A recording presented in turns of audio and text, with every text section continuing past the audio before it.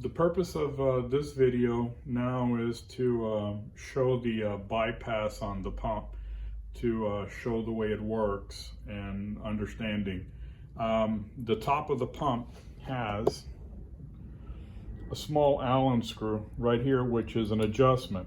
It has a spring underneath it, and then what that spring does is it applies pressure, kind of like a fuel pressure regulator. So when it hits a certain amount of pressure, it simply bypasses it to not go and exceed that pressure.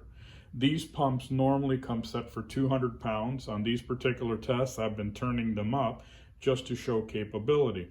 But I wanted to show the bypass working along with the gauge and what happens when I mess with the setting. So I'm going to turn this bypass out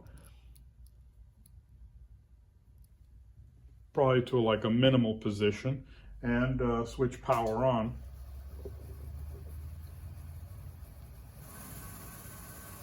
So the bypass has no function until we get into the higher pressure levels. So with the bypass turned out on this pump, it only sits at about 170 pounds, if you see that. And that's with 13 volts on it. Now if I start turning it in,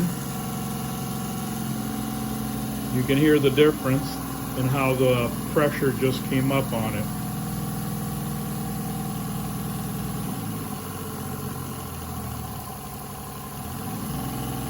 See, now we're getting about 230, 240 pounds, and that's normal.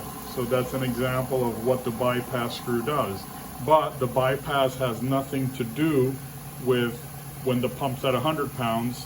It'll basically not change even if I mess in or out. It has no bearing on pressure output.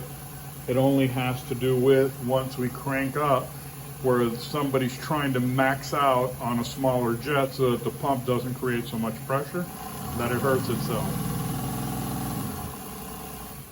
Okay, so this is what the bypass does, and it's an explanation for understanding, as I sometimes get the question, what does the screw do? Well, the screw only simply adjusts at wide open at what point it basically goes into bypass, so we don't create so much pressure.